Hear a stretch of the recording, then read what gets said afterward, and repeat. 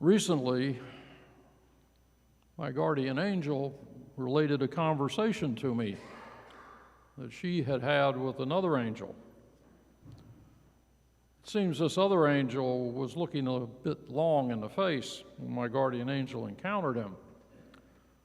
Now, everyone knows that angels don't go around looking unhappy. So she stopped him and asked, what could possibly be so troublesome to someone in heaven, especially an angel? The angel took a deep breath and then said, you know, there is a particularly dark cloud over there on the outskirts of heaven. I just looked over its edge to see what was below.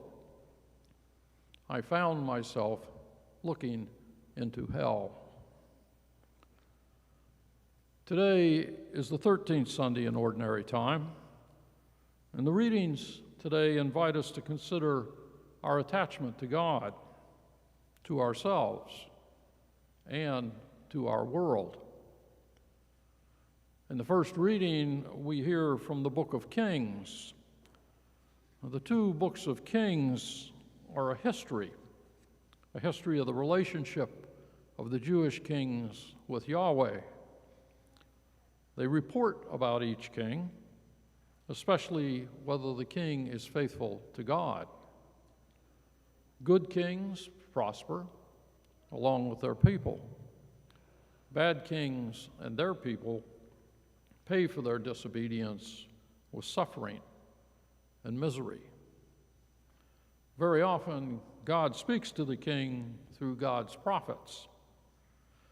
In this reading, Elijah the prophet is seeking his replacement, while the king of Israel, who is unhappy with what he hears from the prophet, is seeking to kill him. Elisha's response to Elijah's invitation demonstrates God's requirement that the prophet commit and be faithful to God before any and all things on this earth. My guardian angel asked the other angel what the experience of seeing hell was like. The other angel remarked that hell had some peculiar aspects. He was sure that no one could see him. Also, they couldn't see each other. In fact, they could only see themselves. It seemed that no matter where they looked, they saw a reflection of themselves. It appeared as if they were locked into a room of mirrors, where the only image that they could see was their own image. And another thing, he realized they couldn't hear each other. They could only hear their own voice. In the second reading today, Paul writes to the Galatians. They were under pressure by other Christian missionaries who insisted that in order to be Christians, they had to follow certain of the Mosaic laws.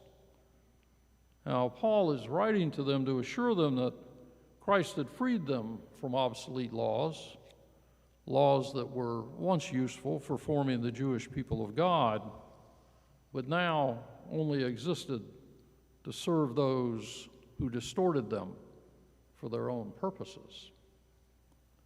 What still did apply from the old law boiled down to loving oneself and then loving one's neighbor equally.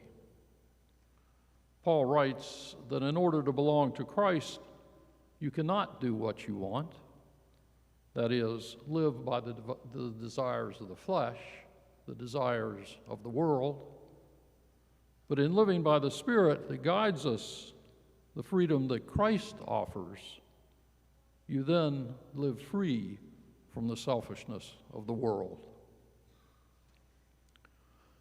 The angel remarked that it must be truly a horrible thing to be in a place where you can only see and hear yourself.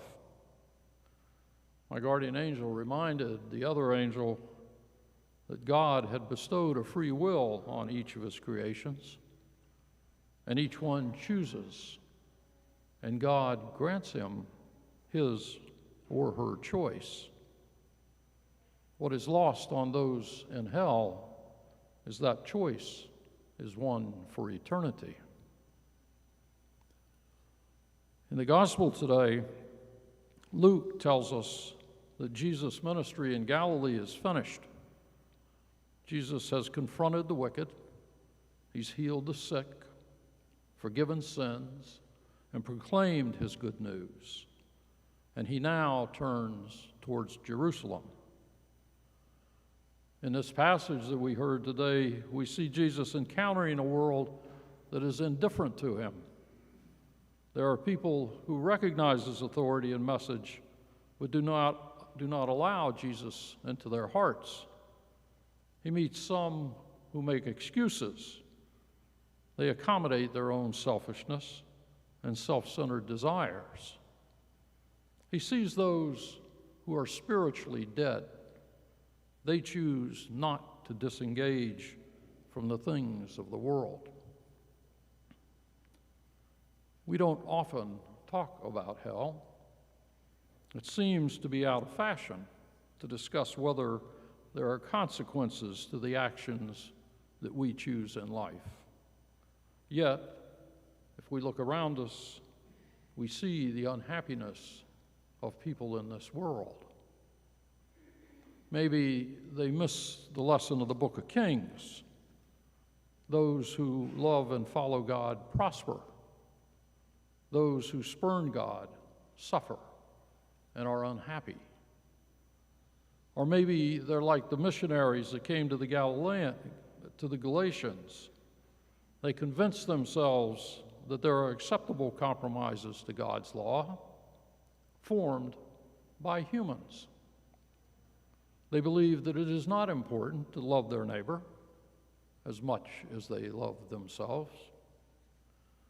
Or maybe, like the people in the gospel, they believe that a commitment to Jesus can be put off, stalled, be half-hearted until the things of the world have been accomplished. Angels see and are puzzled when people created in the image of God spend their energy building an idol to themselves to worship. They construct their room of mirrors where they can see only themselves. They can hear only their own voice. In this life, they practice the experience of an eternity without God. Jesus set out for Jerusalem knowing that he had accomplished everything that his Father had sent him to do. As we too make our way to our eternity, we are invited to reflect on our own lives, our connection to our Father, our self-giving, our detachment from the world. Heaven is our hope. Jesus is our example.